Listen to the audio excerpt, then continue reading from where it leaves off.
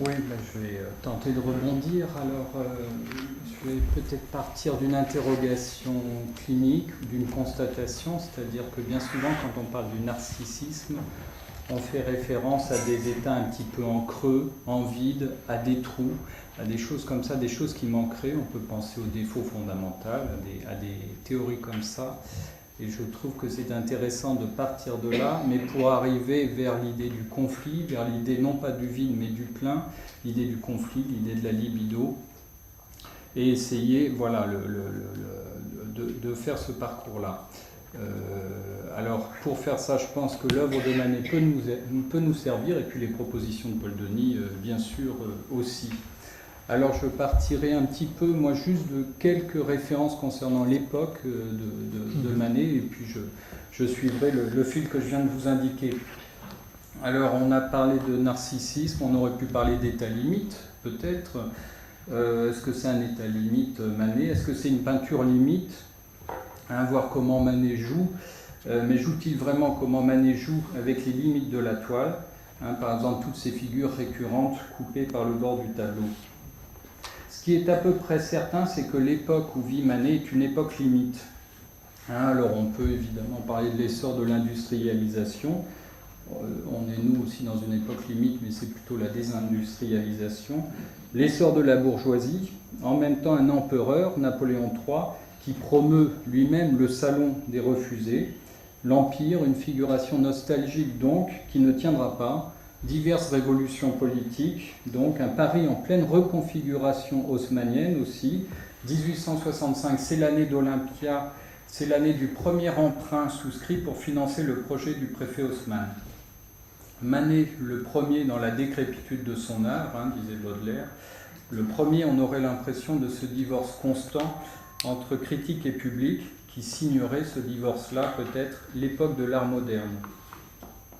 Manet limite entre la volonté d'établir un lien avec l'art des maîtres anciens, Velázquez par exemple, et une profonde ironie vis-à-vis des règles académiques. L'élève d'un peintre puissamment académique, voire pompier, alors je crois que c'est Thomas Couture. Oui. Thomas Couture qui ne va pas cesser d'affronter en restant assez longuement dans son sein, c'est-à-dire dans son atelier. Manet entre beaux-arts et art moderne, limite aussi des mouvements de son temps, à la limite de l'impressionnisme en particulier. Manet, on a dit de lui que c'était un rebelle en redingote, allergique aux conventions peut-être, immensément content d'avoir la Légion d'honneur, à la fois superficielle et sur les nerfs. Une sorte de narcisse entre deux eaux, alors si on veut bien.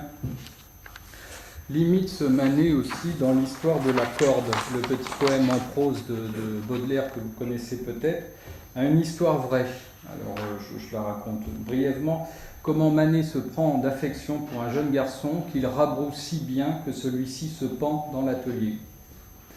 Entre deux eaux, ce narcisse au sens d'une impossibilité du compromis, qui serait l'eau tiède, plutôt c'est chaud et c'est froid en même temps. En même temps l'affection et la distanciation. Alors il y a un très curieux ton dans le poème de Baudelaire.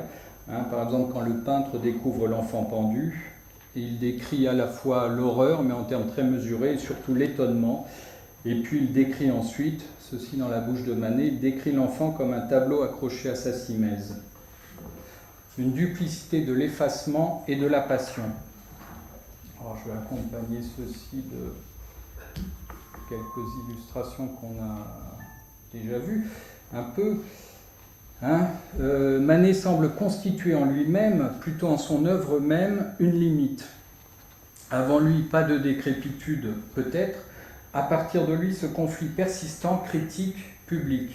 Ce qu'il faut quand même dire que le succès critique, il a pu l'avoir, être révéré comme un chef d'école. Il faisait un peu salon dans différents cafés, mais comme un chef d'école qui n'aurait pas fondé d'école. À partir de Manet surtout, enfin je crois, l'idée qu'on ne peut plus vraiment rien dire d'autre que ceci est une peinture. L'allégorie, le symbolisme, le sens à travers la représentation, que Quick, Manet lui tord le cou en quelque sorte. À ce titre, Courbet est plus éloquent que Manet. Il est plus facile de gloser sur les toiles de Courbet. Et puis Courbet montre ce que Manet cache. C'est-à-dire c'est quelques mois après Olympia et sa main ainsi posée que Courbet peint l'origine du monde. Gardons une place pour la passion, mais l'effacement en premier. Olympia est sans pudeur, d'accord, mais elle semble tout autant sans impudeur. Quel fantasme s'accroche à Olympia? Peut-être aucun. C'est chaud, c'est froid en même temps, et c'est pas tiède. C'est une présence absente, terriblement présente d'être absente. Qu'est-ce que ça présente d'autre que la matérialité de la peinture? Elle ne contient que Manet, dit Zola, ce qu'a rappelé Paul Denis. Le regard d'Olympia n'exprime pas même un défi, ou alors c'est nous qui le mettons. Le narcissisme, c'est une histoire de regard, bien sûr. Les personnages de Manet, justement, ont un regard particulier. Parfois comme à travers une vitre dépolie, parfois un regard très appuyé, mais qu'exprime-t-il ce regard? D'autant plus qu'il peut être très souvent oblique par rapport au regard du spectateur. Il se fait jour à force de regard une sorte de vide insistant. L'autre, plus ou moins en face, ne me renvoie rien qui puisse m'éclairer. Il n'y a aucune reconnaissance de moi-même dans ce regard qui semble pris ailleurs. Mais dans quoi, par qui? La représentation est comme une tache vide qui me regarde.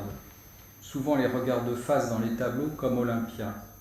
Ou bien une tache vidée parce que l'objet reste énigmatique.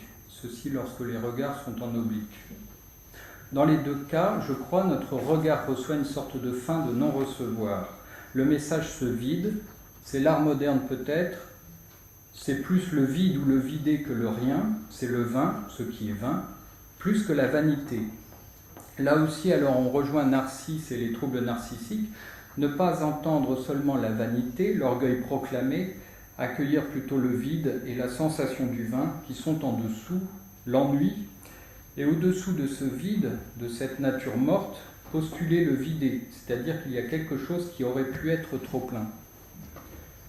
Mais là, tout de suite dans la peinture, de l'échange de regards comme une métaphore, de cet échange avec l'objet, le narcissisme, pour reprendre une belle expression de Paul Denis, le narcissisme semble revenir les mains vides. Dans l'absence, quelque chose peut-il apparaître? L'hallucination négative qui deviendrait structure encadrante. Chez Manet, j'ai moins l'impression que le vide renvoie au vidé, enfin encore au vide, et alors à ce que nous pouvons projeter. C'est aussi attirer le regard à tout prix. D'autres toiles, on en a parlé un petit peu tout à l'heure, celle où il est question de la mort. Mort d'un torero, et puis à côté l'exécution de Maximilien. A priori, le sujet de la mort devrait être défavorable à l'indifférence. On peut penser par exemple au tableau de Goya. Mais là, toujours comme une apathie. Georges Bataille dit, il y a un très beau texte de Georges Bataille sur Manet qui est publié aux éditions Skira, c'est un très beau volume. Et Georges Bataille dit, des tableaux qui rappellent l'insensibilisation d'une dent. Paul Valéry, qui a beaucoup écrit sur Manet, qui a publié un triomphe de Manet, qui est très intéressant, Paul Valéry, il fait de l'Olympia l'impur par excellence, ce qu'il dit, l'impur par excellence. Et si Olympia était plutôt de n'être pas ce que Valéry dit, d'être rien, plus que provocante, c'est la majesté retrouvée dans la suppression. Est-ce là l'art moderne, une sorte de fini dans le non-fini, ce qui me rappelle une Marotte, Beckett et son pour finir encore. Alors si le tableau de Manet comporte une espèce de climat d'insensibilisation, il faut évoquer apparemment, paradoxalement, la passion, enfin d'abord la rage du public qui découvre les peintures, peut-être parce que ce public était convoqué comme ça par la peinture, comme à finir encore, puis il faudrait évoquer la propre rage de Manet, aussi, évoquée par ses amis lorsqu'il peignait. Manet, la plupart du temps quand même décrit comme plutôt tranquille et calme, distancié, même un peu petit bourgeois, la plupart du temps il se met dans un état pas possible avec son pinceau. Tant d'ailleurs que Berthe Morisot pourrait être gêné de cette fougue sur une de ses toiles que Manet avait entrepris de reprendre. Bon, évidemment, on connaît l'inconscient du mot, l'étymologie entre pénis et pinceau. Il faudra bien considérer en tout cas ce que cette rage dite narcissique doit à la libido et comment tout cela circule. On arrive au déjeuner. Alors l'art moderne, la décrépitude de Baudelaire, c'est pas rien, c'est plus quelque chose qui s'évide. C'est pas non plus ou uniquement la blague de potache. Qu'est-ce que c'est que ce truc-là, le déjeuner sur l'herbe? On peut comprendre un peu la réaction du public. Se dire qu'elle était sollicitée comme les performances d'art moderne. Dans le déjeuner, là, encore rien pour interpréter le tableau de manière convenue, allégorique, mythologique, esthétique. Et dans cette perte de sens, ce qu'on voit peut-être, c'est une sorte de discordance, ou du moins d'attente trompée. Le désaccordage. Le désaccordage, on le sait bien, c'est le mécanisme souverain du gag, par exemple dans le cinéma muet. Enfin, une sorte de non-accordage qui pourrait confiner, en poussant un peu, à la dissociation. Une parenthèse un peu blagueuse, la dissociation pour moi renvoie toujours à la perte d'union entre la psyché et le soma, la perte du trait d'union psychosomatique si vous voulez. Ce trait d'union imaginairement, il s'illustre par la zone entre la tête et le reste du corps, c'est-à-dire le cou. Les narcissiques aiment être dans le cou. Plus sérieusement peut-être, les ados par exemple et les narcissiques aiment soigner leur cou, l'entourer de différentes parures, objets qui ont comme pour fonction de contenir cette articulation ressentie vulnérable. Enfin, Olympia, ceci pour rappeler que son seul vêtement, hormis une chaussure et un bracelet, elle ne porte rien d'autre qu'un mince ruban autour du cou, un trait noir qui semble lui trancher la tête.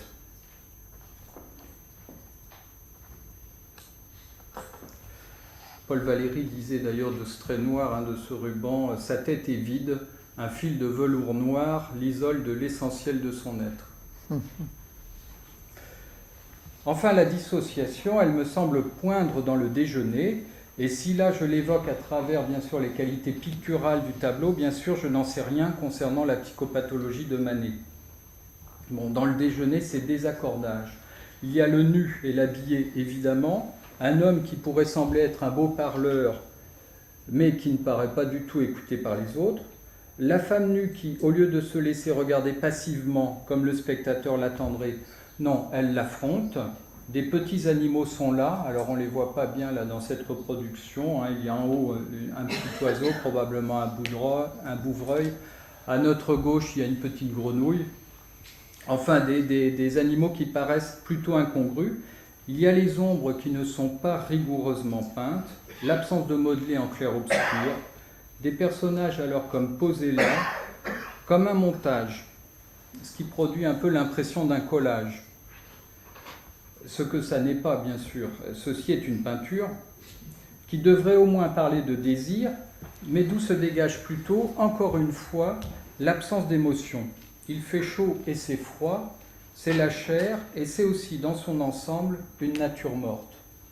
Alors sur l'impression de collage, je voudrais vous proposer un autre tableau, celui du Le vieux musicien, une toile qui est plus juvénile de Manet.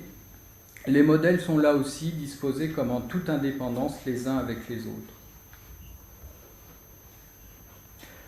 Alors, il a plus de recul évidemment que le public de l'époque. Michel Foucault disait de Manet « tout me scie chez lui ». C'est la surprise consentie qui pourrait ranger Manet du côté du gag, de l'humour, de l'ironie. Il a voulu se moquer, peut-être pas des spectateurs, mais au moins des conventions, des goûts et des interdits. La blague potache de l'art contemporain.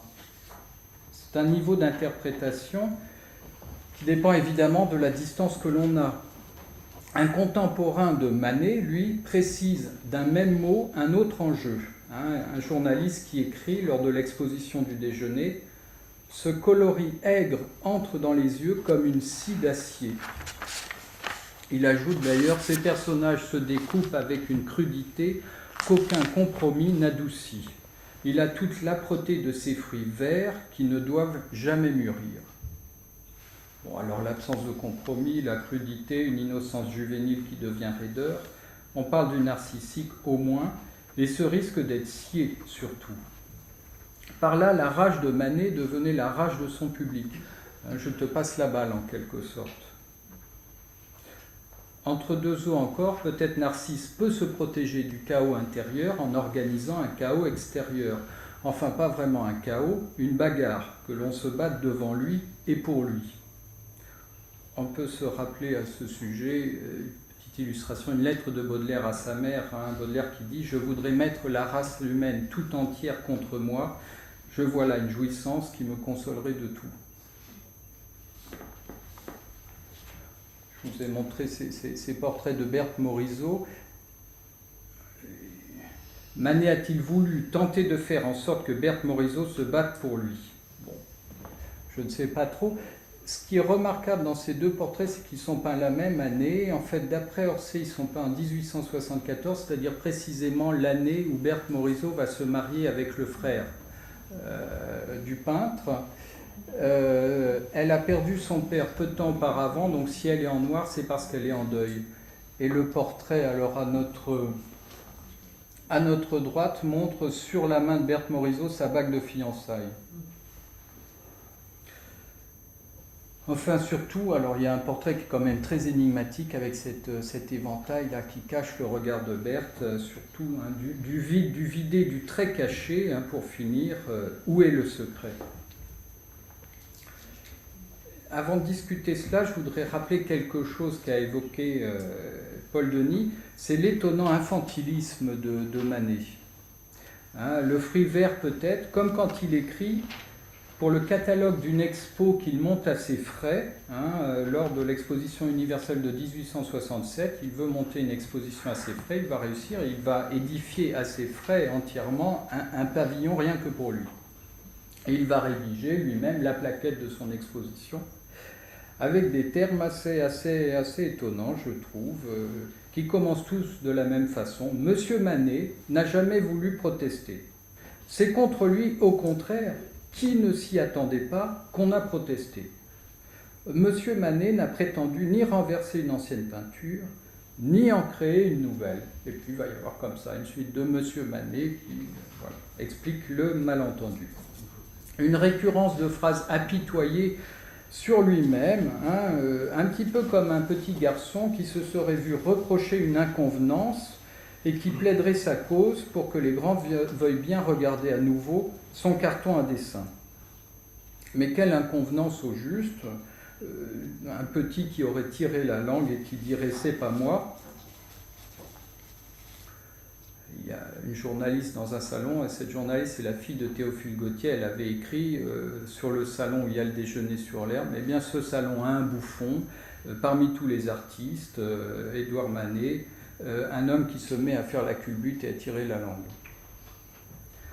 Ce serait peut-être aussi comme un petit qui aurait dessiné entre les jambes du bonhomme un trait, et qui se défendrait d'une éventuelle malice. Dans sa culbute, il montrerait les organes génitaux, qu'il n'a pas besoin de peindre, comme le fait le démonstratif Courbet. Le pinceau pénis, peut-être bien. C'est que la neutralisation, l'insensibilisation qui se sert de la couverture narcissique, comme dans nos limitopathies quotidiennes, cette neutralisation ne doit probablement pas nous faire méconnaître l'excitation sous-jacente, la libido sauvage qui pousse à la désorganisation. Quelque chose qui est le moteur et qui reste caché, comme dans certains de ces regards obliques dans les toiles de Manet. Encore des personnages posés presque en aplat, là dans le balcon, des regards qui ne se rencontrent pas, une atonie, une apathie, et une telle divergence encore que nous pourrions en éprouver un malaise. Et puis ce regard, mais seulement si on examine le détail, celui probablement de Berthe Morisot, si intense, elle, d'une lourdeur d'orage, si dense, qu'il paraît refléter d'un coup la densité de la vie, la libido quoi, même si son objet encore nous échappe. Le secret est là peut-être, il est cette densité, cette force rageuse, force de vie, libido, même si on en connaît apparemment la source, son objet nous échappe encore. mystère qui se confond avec le mystère du sujet dans le tableau. Le secret échappe, c'est pas tant la pulsion, la libido, c'est tellement plus parlant cliniquement de faire de celle-ci, comme le propose Paul Denis, la seule pulsion. Alors, je rappelle ce que vous dites, hein, c'est qu'il y a une seule pulsion, la libido, et ce serait une décussation de ces formants qui rendrait compte des manifestations de la dite pulsion de mort. Ainsi, la désubjectivation dans la peinture de Manet ne renverrait pas à une hypothétique primauté de pulsion de mort, mais à l'excitation prévalente de la volonté d'emprise sur l'expérience qu'il faudrait postuler insuffisante de la satisfaction, ce narcissisme revenu les mains vides. Le secret, c'est l'objet source, c'est l'origine de ce qui a échappé à la libido. Où est-il? Qui est-il? Mystère, comme ce regard de Berthe sur le balcon. Mystère de l'objet qui s'imprime donc dans le mystère du sujet, de Berthe, du tableau, de Manet lui-même, probablement. L'énigme narcissique est répétée, c'est l'écho d'un sujet-objet indifférencié. Pour finir, peut-être un indice, dans une des dernières toiles de Manet, moins de 2 ans avant sa mort, Le bar aux Folies Bergères. On retrouve le regard atone, un peu de biais, une désubjectivation de nature morte, comme une même importance aux objets, les bouteilles, les fleurs, qu'à l'être, la serveuse. Et puis là, le mystère d'une présence masculine, coupée par le cadre, une oblique bizarre, comme par hasard lié probablement au jeu d'un reflet dans un miroir, ou peut-être faut-il même postuler plusieurs miroirs. Alors, où est le sujet? Qui est le sujet? Ce qui renvoie en miroir à où est l'objet? Qui est l'objet? Et l'hypothèse terminale, si Manet, trop plein d'une présence maternelle insuffisante finalement, avait peint autant que celle-ci l'insuffisante rencontre avec son père, que cet accordage désigne le lien entre lui et son père, ou tout autant le lien entre sa mère et son père. Votre avis?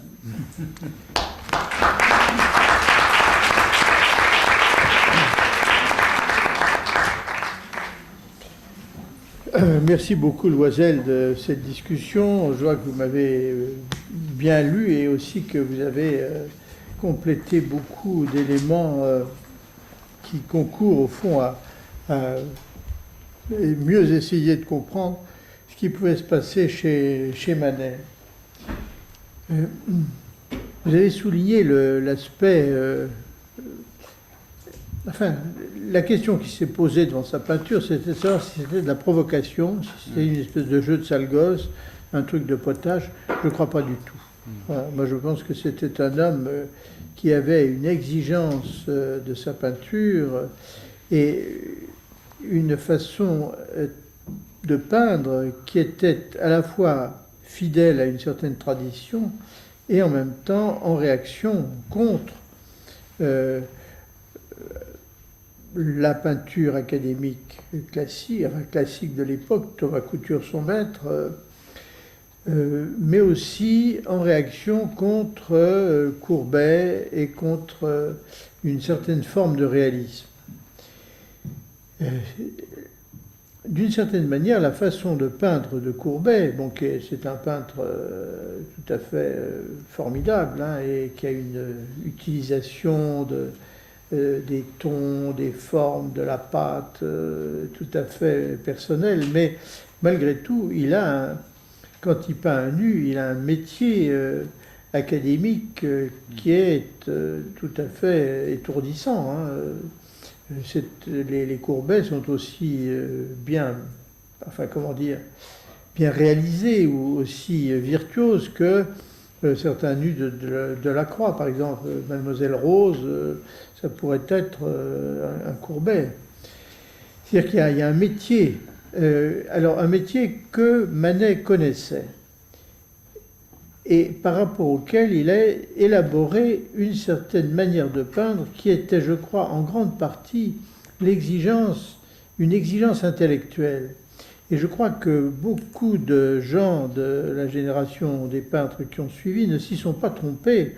Ils ont trouvé que c'était une peinture étonnamment pensée, hein, et justement anti-sensualiste d'une certaine manière, sauf à la fin de sa vie où il a pris ce plaisir à la couleur et où malgré tout, dans le bar aux Folies Bergères, certes, la petite dame, elle a le regard un petit peu vide, elle a l'air un peu, je ne sais comment, mais elle a l'air aussi incroyablement disponible à tout passant qui voudrait se rapprocher d'elle.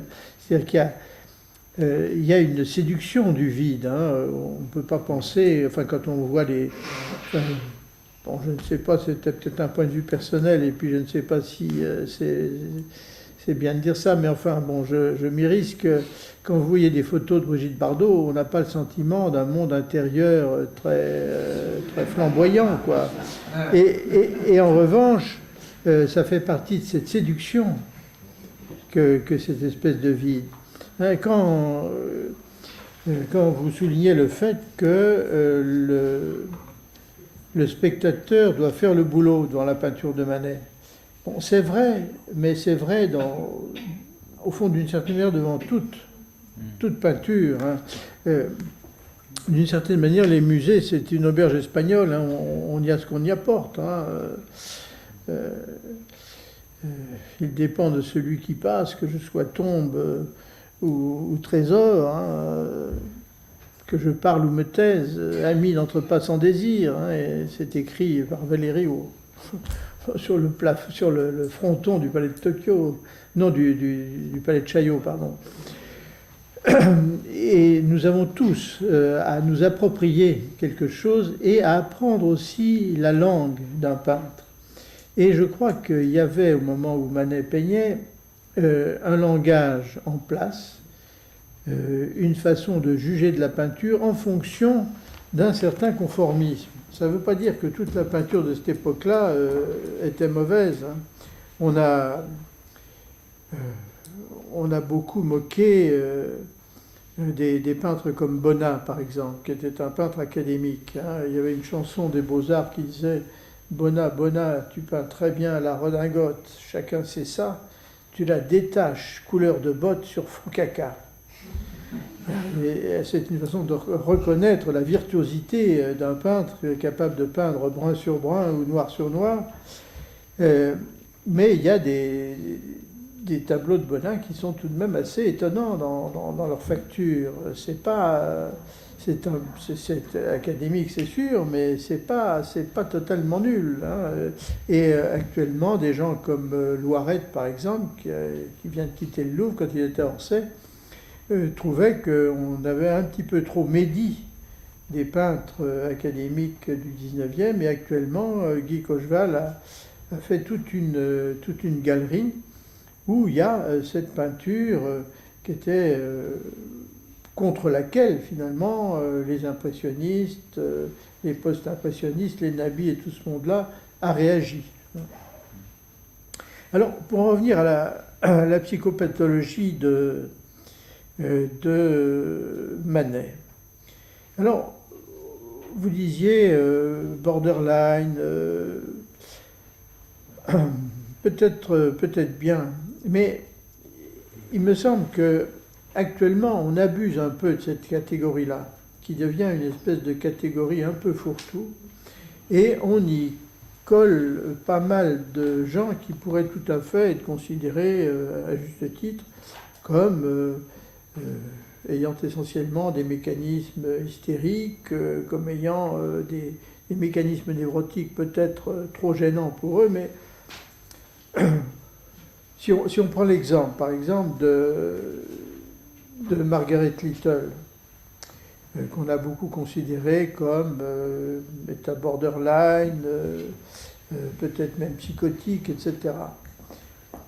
Elle avait quand même un fonctionnement hystérique, hystérie de conversion, qui était patent. Hein, quand on lit ce qu'elle raconte de sa propre analyse avec Winnicott, quand elle fait sa grande crise d'hystérie sur le divan, c'est étonnant que Winnicott, alors qu'il était pédiatre de formation, hein, il n'était pas psychiatre, mais il dit « Vous avez revécu votre naissance ». d'accord peut-être, mais c'était surtout, comme toute grande crise d'hystérie, un mimodrame d'une scène sexuelle, et vraisemblablement avec son analyste. Et quand il lui prend les mains à longueur de temps, il exerce une espèce de séduction, et c'est une espèce de flirt qu'il mène avec elle. Elle aurait été psychotique, ça se serait sans doute très très mal terminé. Là, ça s'est plutôt pas trop mal terminé. Hein, et merci Winnicott, d'une certaine façon. Il a sans doute rendu service à Margaret Little. Il y a quelque chose d'une répétition patente dans l'histoire de Margaret Little qui a, à un moment donné, vécu sans doute une liaison homosexuelle. En tout cas, elle cohabitait avec une amie extrêmement proche qui était déprimée, qui lui faisait du chantage au suicide et qui, à certains moments, prenait sa voiture pour faire de la roulette russe au volant. Au point que Margaret Little lui avait piqué ses clés de voiture. Quelques années après, elle est sur le divan de Winnicott et elle lui fait le même coup. C'est-à-dire qu'elle commence à faire du chantage à l'accident de bagnole, au point que Winnicott lui pique ses clés. Alors, et il n'en dit rien, cet animal. Hein, alors, il avait une espèce de génie, il a compris un nombre de choses absolument inouïes sur les premières relations mère-enfant, sa compréhension des phénomènes transitionnels, le modèle qu'il nous a laissé là-dessus est incomparable et d'une utilité, c'est un modèle d'une richesse incroyable. Mais malgré tout, on ne parle plus assez de névroses. Les soi-disant névroses de Freud, on les déclarerait toutes qu'à limite aujourd'hui. Hein. L'homme Morat, il était quand même assez starbé. Hein. Et puis, tous les cas d'études sur l'hystérie, c'était sans doute des hystériques, mais on aurait un peu tendance à les considérer comme état limite. Alors, un des problèmes de cet abus des états limites, c'est aussi qu'on ne propose pas l'analyse à un certain nombre de patients qui pourraient réellement en bénéficier. État limite, faut pas, alors face à face. C'est pas si vrai que ça. Et je crois que un des problèmes, je ne sais pas ce que tu en penses Maurice, mais c'est que on est bien obligé de faire du diagnostic parce qu'on est obligé de se repérer par rapport à des modalités de fonctionnement. Mais il me semble que quand on est en face d'un patient, le plus important, c'est d'essayer de voir les points d'appui, les éléments fonctionnels, les meilleurs éléments fonctionnels chez ce patient-là, essayer de faire ressortir ou de prendre la mesure des mécanismes névrotiques sur lesquels on pourra s'appuyer. Le reste, on sait, s'il n'y a pas assez de mécanismes névrotiques, si on n'a pas de quoi s'appuyer sur quelque chose, s'il n'y a pas une capacité suffisante au transfert, etc., il vaut mieux effectivement pas s'aventurer dans l'analyse. Mais il faut bien voir que la phobie des analystes par rapport à l'analyse est une cause du soi-disant manque de patients d'analyse. On n'y va pas assez.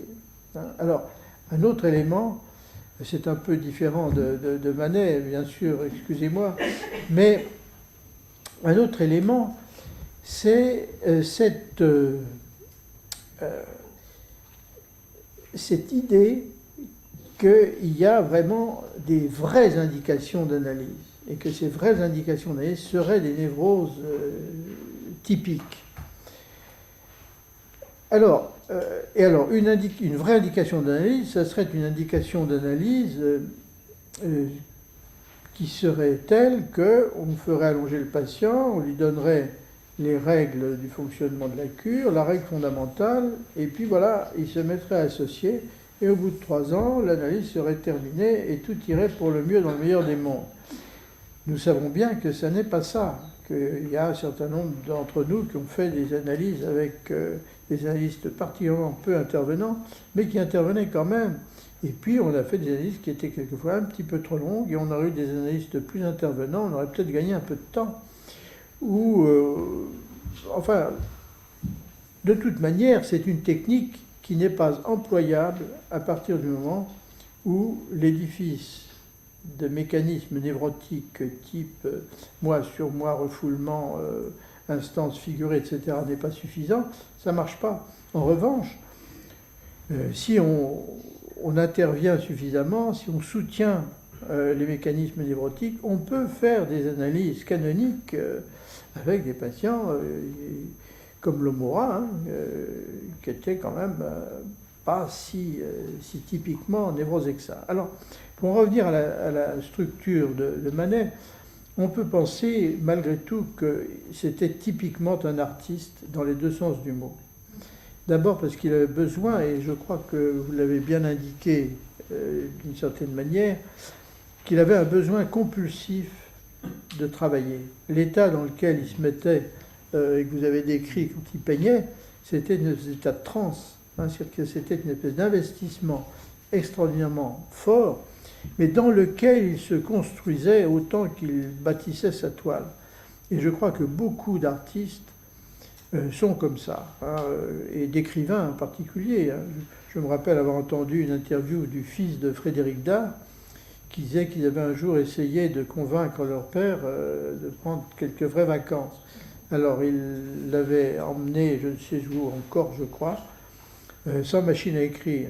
Et au bout de 3 jours, leur père était dans un tel état qu'ils sont rentrés d'Ardard pour qu'il retrouve sa machine à écrire et qu'il leur fiche la paix. C'est-à-dire qu'il avait beaucoup d'artistes sont comme ça. Et quand ils ne peuvent pas créer, ils sont mal.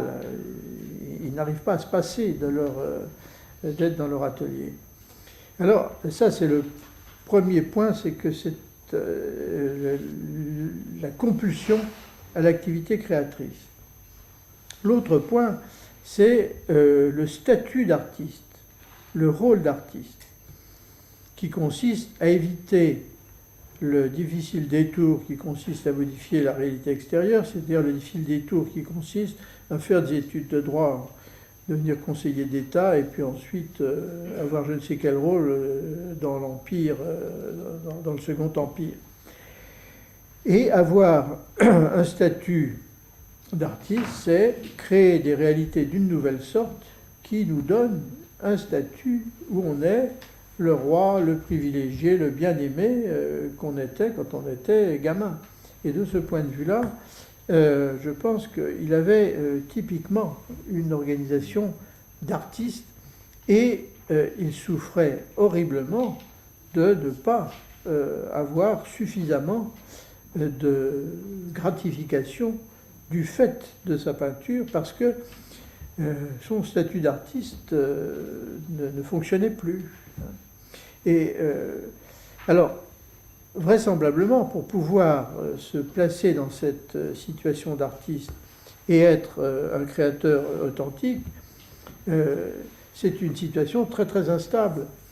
Parce qu'un certain nombre de gens, pour maintenir leur statut d'artiste, quand ils n'ont pas le talent suffisant ou la capacité à se discipliner pour faire des choses qui soient des créations véritables, ils se mettent à faire du faux.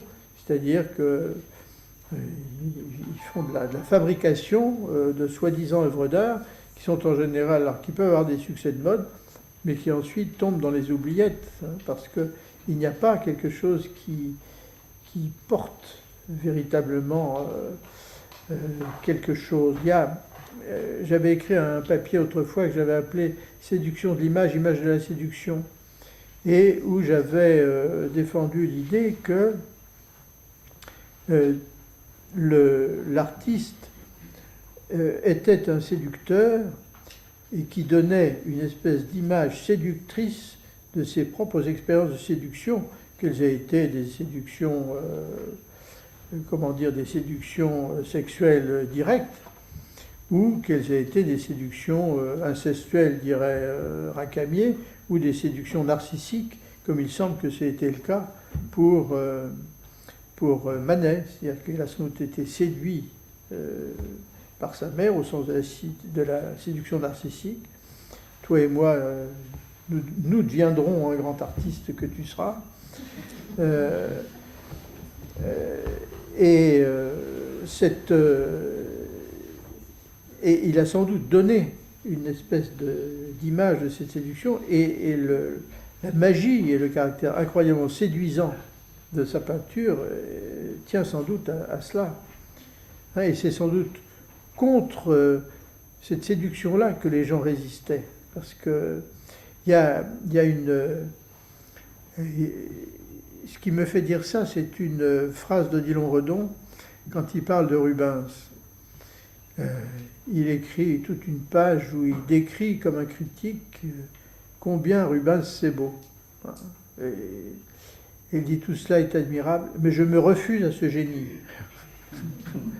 Et ben je crois que beaucoup de gens se sont refusés au génie de Manet parce que c'était une langue nouvelle qui avait quelque chose de séducteur et de violemment séducteur, mais pas seulement du point de vue de la beauté, mais aussi sur le plan de la pensée.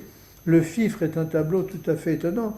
C'est un tableau qui a influencé toute la génération, pas des impressionnistes, mais des peintres qui ont suivi, Gauguin, les Nabis. J'ai connu il y a quelques années un homme qui avait été l'élève de Maurice Denis et Maurice Denis lui avait donné comme boulot de faire une copie du Fifre. Parce qu'il trouvait que la peinture de cet homme était un petit peu trop foisonnante, qu'il y avait beaucoup de scories, et il voulait l'encourager à considérer comment on pouvait faire un chef-d'œuvre avec une économie de moyens et une sobriété, en tout cas une sobriété apparente. Hein, et le Fifre, en tout cas, est quelque chose de cet ordre-là. Et Gauguin sort du Fifre d'une certaine manière. Enfin, plus de Chavannes et Pissarro et de bien d'autres gens, mais malgré tout, le Fifre est un tableau, une intelligence incroyable sur le plan de l'organisation, sur le plan de la construction.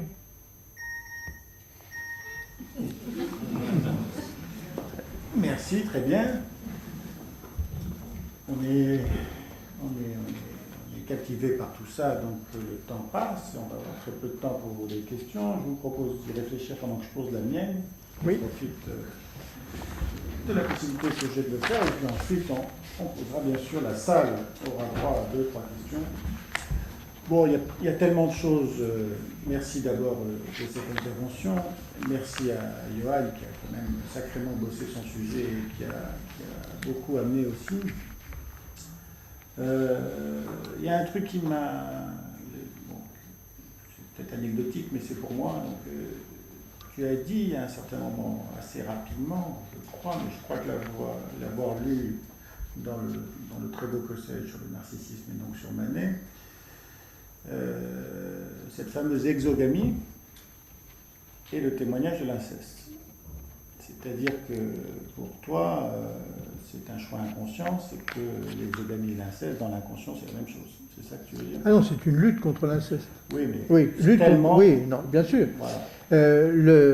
Le fantasme incestueux est tel, ou tellement insupportable, que la réalisation d'un acte sexuel ne peut être possible qu'avec quelqu'un qui nie qu'il puisse s'agir de la mère. Alors, le monsieur qui a une mère grande et blonde ne peut avoir de relations sexuelles qu'avec des petites dames brunes, quoi, et éventuellement antillaises de préférence. Mais à tel point que ce mariage raciste lui permet de revenir au sein de l'inceste. Ah ben, en tout cas, de l'inceste, à supporter le fantasme, à refouler le fantasme incestueux. Et à rester au niveau de l'Édipe. Parce que je crois que ce qui constitue l'Édipe, c'est le renoncement à l'inceste. Hein, c'est le refoulement des fantasmes incestueux. Et un des problèmes au moment de l'adolescence et de l'entrée dans la vie sexuelle adulte, c'est ce que dit Freud quand il écrit « Il faut s'habituer à l'idée de l'inceste avec la mère ou la sœur ». Kiff pour mesdames, hein, sauf qu'on remplace le père et le frère, et ça marche exactement de la même façon. Et c'est très important de garder présent à l'esprit que le premier temps du complexe d'Édipe, le complexe Édipe virulent, tel qu'il s'exprime chez les gamins de 4-5 ans, qui veulent avoir des relations physiques avec leur mère ou avec leur père pour les fillettes, ou dans les deux sens, d'ailleurs, les fillettes avec leur mère, parce qu'on voit toujours un inceste non homosexuel, mais le complexe d'Édipe, il a tout son versant homosexuel, hein, qui a une force tout à fait considérable. Le projet édipien est un projet incestueux. À partir du moment où l'enfant est obligé de l'abandonner en tant que projet, il en refoule un certain nombre de représentations qui sont trop excitantes et qui le font souffrir parce qu'il ne peut pas y accéder. Et à ce moment-là, ces fantasmes refoulés deviennent l'organisateur souterrain, sous la forme du complexe d'Édipe, de toute une activité qui consiste à devenir aussi bien que la mère le voulait, afin un jour d'avoir la mère, etc., etc. C'est-à-dire que la période de latence naît du refoulement du projet incestueux, et c'est le refoulement du projet incestueux qui constitue finalement le complexe d'Édipe, organisateur du psychisme. Et si on en reste au projet incestueux, eh bien on a ces histoires incestuelles qui n'en finissent pas, ces malheurs psychotiques ou autres, mais enfin surtout psychotiques. Et donc, quelqu'un comme Marcel Proust qui passerait sa vie avec une femme qui n'est pas de son genre, il irait encore plus loin que cette exogamie-là. Absolument, sauf que lui, il n'a pas pu y aller. Il n'a pas pu y aller. Il s'est contenté des rats ou des copains. Il semble qu'il en est. Alors j'en viens, j'en viens à Manet. Tu l'as dit, mais je compléterai, si tu permets, ce que tu as dit, sur cette question fondamentale qui est que tout tableau ou toute œuvre d'art, ou même toute théorie, serait un autoportrait. On ne peut pas sortir de soi comme ça. Non, non. Ça paraît très compliqué. Et alors, pour le complément, serait, avec notre ami Winnicott, pour qui, en effet, qui a tout compris, mais dès qu'il y a de la sexualité, il ne comprend plus rien, oui, comme souvent les Anglais, pour aller vite. Certains Anglais, sauf les nurses. Mais, donc, Winnicott rajoute que c'est un autoportrait au miroir du visage des objets. C'est pas simplement l'autoportrait qu'on ferait soi, c'est qu'on devrait figurer, présentifier au monde la façon dont la mère, le père nous a regardés. Oui, Autoportrait au miroir du visage. Et, Johan l'a déjà dit, je vais le répéter, il a terminé en beauté avec le fameux tableau du Métropolitain qui nous ont piqué, que Daniel Arras a magnifiquement travaillé, et en particulier ce peintre génial qu'est Manet ne peut pas totalement méconnaître la géométrie, ce tableau n'est pas possible. C'est-à-dire que ce qu'on voit là, l'homme et la femme derrière, c'est pas possible. La réflexion n'est bon.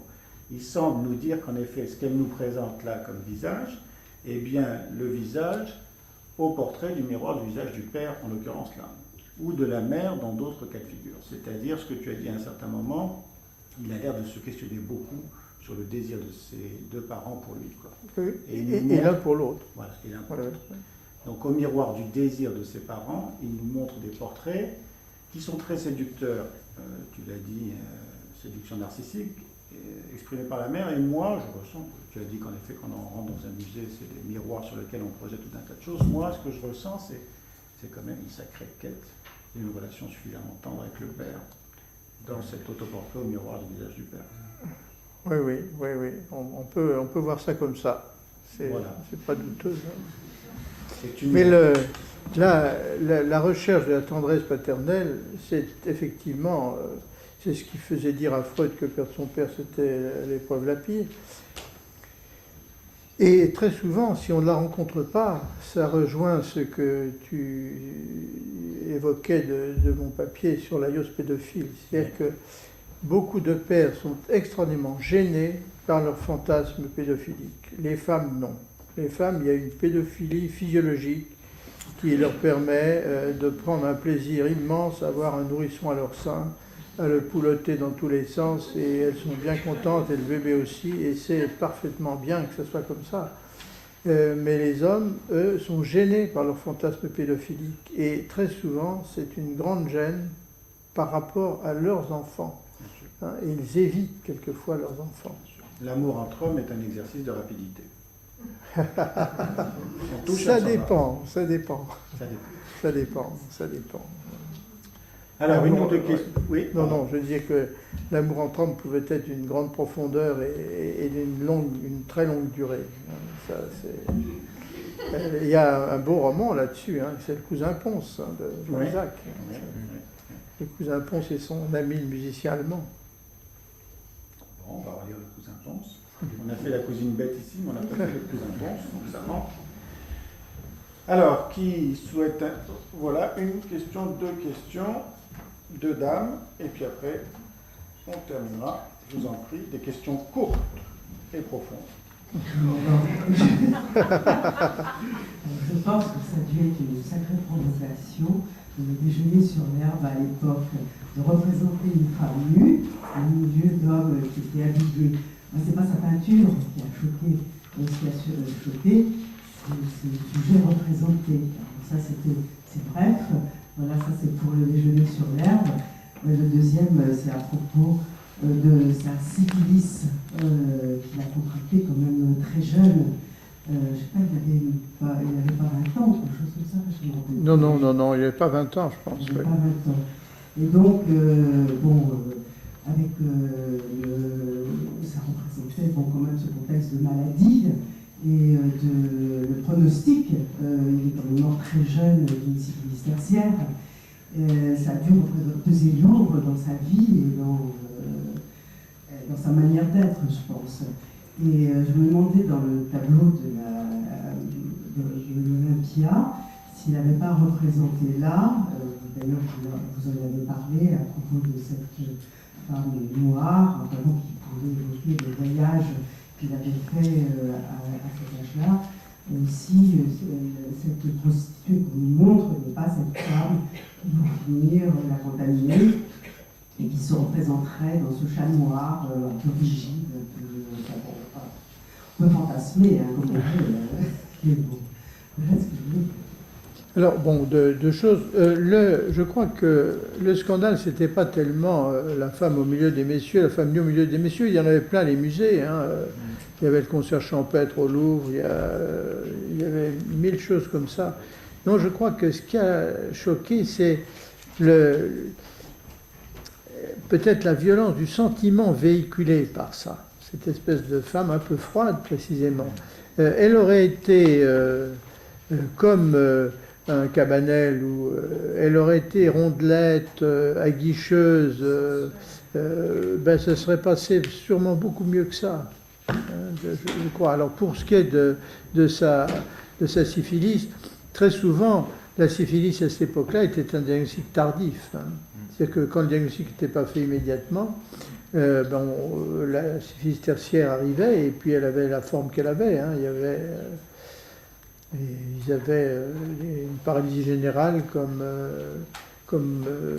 a eu Maupassant, hein, ou bien d'autres. Tous ceux qui ont été voir le docteur Blanche. Voilà, oui. Ils sont nombreux. Et Ricord, surtout, hein, qui était le grand graphe, oui, je ne sais. Il y a Alphonse Daudet qui a fait un Daudet bouquin aussi. formidable. De ce secret, peut-être a-t-elle préféré donner Eugène qui était ça. Mais je ne suis pas sûr, c'est la syphilis était mal connue. Hein. Je ne sais pas quand on a décrit le tréponème pâle, mais c'était, si vous voulez, tout ça c'était avant Pasteur, avant bien des choses. Hein. On connaissait la vérole parce que il y avait un certain nombre de lésions génitales qui étaient repérables, les chancres de différentes sortes, etc. Mais le lien avec les éruptions ensuite, c'était pas si sûr, et puis le lien avec la syphilis tertiaire, hein, puis c'est très polymorphe la syphilis tertiaire, il y a l'histoire artérielle, neurologique, lui c'était un tabès apparemment avec des douleurs fulgurantes très pénibles pour lui. Et on l'a amputé et il est mort peu de temps après l'amputation. Juste Oui. pardon, puisqu'on parle de bouquins aussi, Alphonse Daudet a fait un livre sur son tabès, sur ses derniers mois de vie, qui est absolument impressionnant, La Doulou. Oui, le Doulou, la Doulou, oui. Oui. Un petit bouquin très éprouvant. Je voulais vous remercier pour votre présentation. Et en fait, vous avez évoqué le rejet de filiation de Manet à l'égard de son fils, probablement, Léon. Et je me demandais si du coup on pouvait considérer son œuvre artistique comme à la fois narcissique, comme vous l'avez expliqué, et comme un prolongement en lieu de la filiation. En fait. Est-ce que c'était son bébé? Alors, c'est pas sûr, c'est pas sûr. Hein. On peut se demander si ça avait été réellement son fils, il l'aurait peut-être mieux pris quand même. Et là, le fait que c'était peut-être bien, il portait le nom d'un autre homme, hein, Koella. Si c'était le fils d'un autre ou qui n'était pas sûr, ça peut quand même brouiller beaucoup la relation. Mais la question, je crois, c'est est-ce que quand on est père de son œuvre, pour autant l'œuvre est notre fils? Ah. Est-ce que ça vaut? Oui, alors, est-ce qu'on est le père de son œuvre? Ça, c'est une question. Je crois que ça pourrait être un sujet d'étude, ça, pour le coup. Est-ce qu'on est le père de son œuvre? C'est pas certain. L'œuvre est peut-être la femme de... C'est comme l'âme du boulanger. Je connaissais ce poème de Norge, belge. Il explique mon âme et moi, nous nous voyons très peu. Elle a sa vie et ne m'en parle guère. Je connais mal ses loisirs oublieux. Moi, je n'ai pas le temps, j'ai mes affaires. Ma pâte et chair que j'engrosse des mains, ma forte fille au ventre chaud et grave, ma femme lisse et ma pliante esclave. Vous voyez, alors, il est possible que l'œuvre d'un peintre, ce soit peut-être plus sa pâte lisse et sa pliante esclave que son enfant. Voilà, c'est bien possible. Annette. Deux toutes petites questions. Est-ce que tu ne crois pas, Paul, que quand tu écris très bien ces personnes, dont Manet, qui sont compulsifs du compliment, c'est que pour considérer qu'un compliment est narcissisant, ça suppose qu'on donne une valence positive, qu'on juge positivement la personne qui vous juge positivement. Oui, oui. Et est-ce qu'au fond, s'il n'y a pas sans cesse ce besoin de toujours de compliments, c'est parce que ça ne tient pas. Oui. Qu'elle ne tient pas que la personne qui vous juge, elle est positive, mais au fond, finalement, est-ce qu'elle est positive? Est-ce qu'elle aussi, elle n'a pas un mauvais jugement? Et on a besoin toujours de trouver une autre personne qui va vous juger positivement. C'est une... Alors, si je... Oh, pardon. Non, et puis, c'est tout à fait autre chose, mais je trouve que ça m'a vraiment intéressé parce que le commentaire de Johan sur cette impression de présence-absence et de cette juxtaposition permanente. Et est-ce que, au fond, cette œuvre étrange où les personnages sont là et pas là, est-ce que c'est pas quelque chose qui est un travail du négatif? C'est-à-dire, et qui va avec la rage qui est là d'un côté, et de l'autre côté, il est très calme. Et comme si on sentait sans cesse qu'il y a une pulsionalité formidable, une libido formidable, et qui refroidit comme ça tout le temps. Et est-ce que c'est pas ça qui crée l'étrange? Non. Et quand ce que dit Johan, qu'il écrit en disant « Oh, j'ai surtout rien changé du passé, rien changé du futur », et que voilà, tout ce que tu dis, c'est qu'au contraire, tout ce qu'il a amené. Donc voilà. Alors, oui, là, on peut être parti pour un moment, mais je crois que ce que tu dis, pour que le compliment vaille, il faut que l'autre soit investi. C'est-à-dire qu'il faut une relation d'objet porteuse de manière à introjecter quelque chose de la relation. Et je pense que son espèce de vide, son espèce de soif narcissique incomblable est liée au fait qu'il n'arrivait pas, à partir de ses relations d'aujourd'hui, à nourrir ses objets internes. C'est-à-dire que ce que dit Marion Milner, c'est que toute relation amoureuse réussie et pleine crée un nouveau Dieu dans notre panthéon. Et quand on a le panthéon bien plein, eh bien on se porte mieux et on supporte la critique et on est content d'un compliment et les compliments nous enrichissent. Alors qu'il me semble que dans le cas de Manet, et je crois que la façon dont vous avez analysé la question du vide chez lui va dans ce sens-là, il avait du mal à utiliser l'objet extérieur, l'utilisation de l'objet au sens de Winnicott, pour créer de nouveaux objets internes, pour créer des représentations suffisamment étoffées pour avoir une espèce d'indépendance par rapport à l'autre. Et il était en fait tout le temps collé à l'autre. Et avec peut-être une difficulté à introjecter ce qui pouvait lui venir, peut-être à raison de ses fantasmes à l'égard de son père et la peur de laisser pénétrer en lui quelque chose. Alors, je crois que... Ça veut dire que le Panthéon était déjà occupé. Ou vide, fermé. Enfin, fermé. Même par l'absence, fermé. Fermé. C'est-à-dire qu'il faut avoir de bons objets internes parentaux, suffisamment bons, pour qu'ils puissent laisser un peu de place aux autres aussi. Ah bien entendu. Mais à la limite, même quand les bons objets parentaux, et quand ils sont suffisamment bons pour qu'on n'ait pas besoin de les protéger tout le temps, on leur faire rencontrer du monde. Voilà, exactement. On peut inviter. Je vous présente mes parents. Voilà. Bon. Une seule question, on va poser comme ça.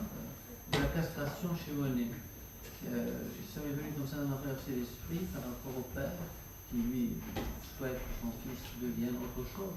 Et puis cette mère qui est une musicienne, qui a une admiration presque fusionnelle avec son fils. Et cette relation un peu chaotique, je veux dire, est-ce que Monet, est-ce que Manet aime finalement les femmes? Ah, il les consomme. Il les consomme parce que non, je ne crois pas qu'il les aime. Peut-être Berthe Morisot, peut-être, oui. Et sa mère à sa façon. Moi, il me semble qu'il a sûrement aimé sa mère. Il a sans doute aimé Berthe Morisot. Mais peut-être parce que Berthe Morisot s'est refusée. Hein, mais sans ça, il les lâchait tout de suite. Et je pense qu'il avait une espèce de besoin narcissique de séduire. Mais d'aimer, je crois qu'il n'y arrivait pas et il ne constituait pas de nouveaux dieux dans son panthéon avec les femmes qu'il rencontrait. Il faisait leur portrait, il essayait de coucher avec elles et puis ensuite, ma foi, ça se terminait. Bon, on va terminer là-dessus alors. Merci beaucoup.